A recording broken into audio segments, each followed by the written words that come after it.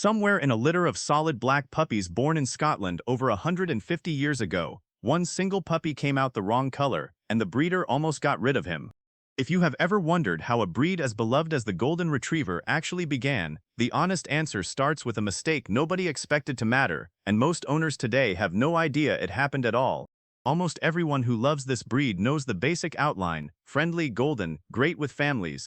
But beneath that familiar surface sits a set of details even longtime owners rarely encounter, facts buried in breed records, genetics, and history that explain far more about the dog sleeping on your couch than any list of personality traits ever could. Fact number 1 is the accident that started everything. In the 1860s, on the Gisachan estate in Scotland, a litter of wavy-coated retriever puppies, a breed that came almost exclusively in black, produced one puppy with a strange pale yellow coat. This was not intentional.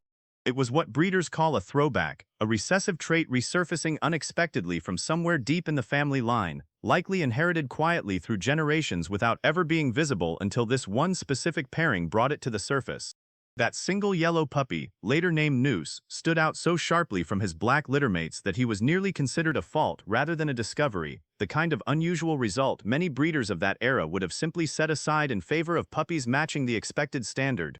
Instead, the estate's owner, Lord Tweedmouth, kept him, and years later paired him with a Tweed Water Spaniel named Belle, a pairing that produced the very first litter of what would eventually become the Golden Retriever. Every Golden Retriever alive today, from the family pet curled up on a couch to the champion at a national show, traces back to that one accidental yellow puppy who almost never got the chance to become anyone's ancestor at all.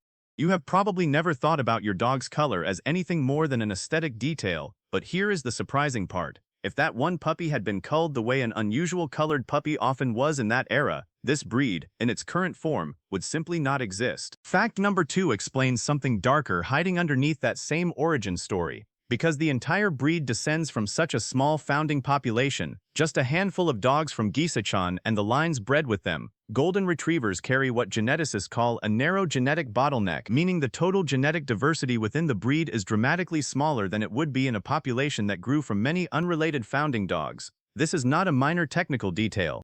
Veterinary researchers studying cancer rates across dog breeds have found Golden Retrievers affected by hemangiosarcoma and lymphoma at rates significantly higher than most other breeds, with some studies estimating that roughly 1 in 5 Golden Retrievers will develop some form of cancer in their lifetime. A striking figure compared to breeds with broader genetic foundations. Many researchers connect this elevated risk directly back to that same narrow founding gene pool. The very same handful of dogs responsible for the breed's beloved temperament also concentrated certain hereditary vulnerabilities that show up generations later, passed down alongside the gentleness rather than separate from it. This is where the emotional weight of this discovery lands differently than the others, because it reframes something many owners eventually face without ever understanding why.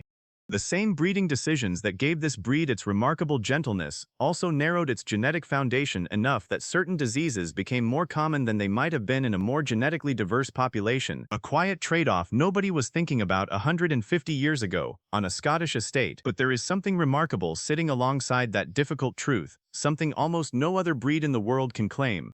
Fact number 3 is the survival of Lord Tweedmouth's actual breeding records, a detailed stud book documenting the specific pairings, litters, and lineage of every early Golden Retriever from Gisachan.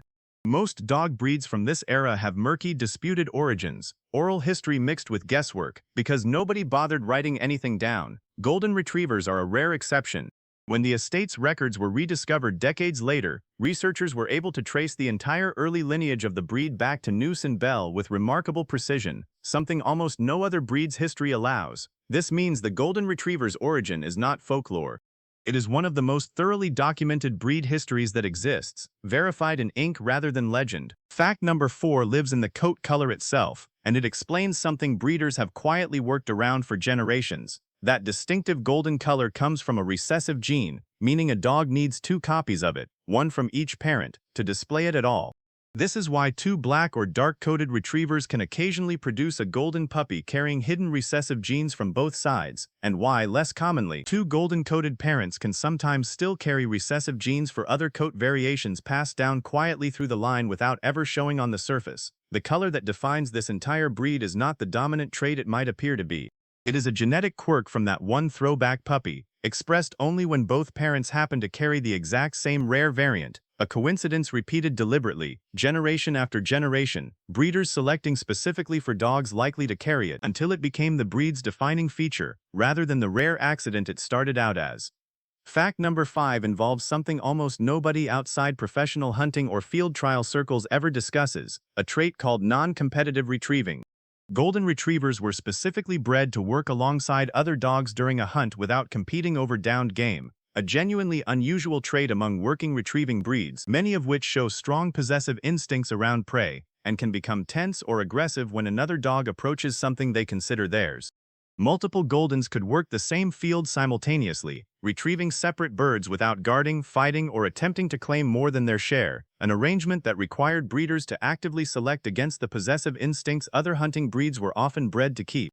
Field trial trainers still consider this cooperative instinct one of the breed's most distinctive working traits, a dog bred not just to retrieve well but to retrieve generously, sharing the job itself as naturally as sharing the reward. A lineage of dogs literally selected across generations for their willingness to work well with others rather than against them. Translate all 5 of these together, because the pattern connecting them reveals something larger than breed trivia. An accidental yellow puppy nearly discarded became the foundation of an entire breed. That same narrow foundation gave the world extraordinary gentleness, while quietly carrying forward certain health risks nobody intended. A detailed written record preserved a history most breeds lost to time. A recessive gene, expressed only under precise genetic conditions, became the defining visual trait of one of the world's most recognized dogs. And a working instinct built for cooperation rather than competition still shows up in temperament today, in every Golden who shares a toy, a bed, or a lap without a hint of possessiveness. This is the truth the title of this video promised from the very first second. The history of this breed is not simply a pleasant story about a friendly dog. It is a story about accident, genetics, careful documentation, and deliberate selection, layered together across more than a century, producing a companion whose every defining trait, color included, traces back to choices and coincidences almost no owner today has ever been told about. So the next time you look at your Golden Retriever, remember that his golden coat exists because one strange-colored puppy was kept instead of culled, that his gentle temperament and his health both trace back to that same small founding group, and that his instinct to share rather than compete was written into the breed on purpose, generations before he was ever born. If any of these 5 facts surprised you, tell me in the comments which one you never knew before today, because I want to see how many long-time Golden owners are learning this history for the first time right now. If this gave you a deeper appreciation for this breed, subscribe, because there is a lot more of this kind of story still to come, and hit like so more Golden Retriever owners can finally learn where their dog's entire story actually began.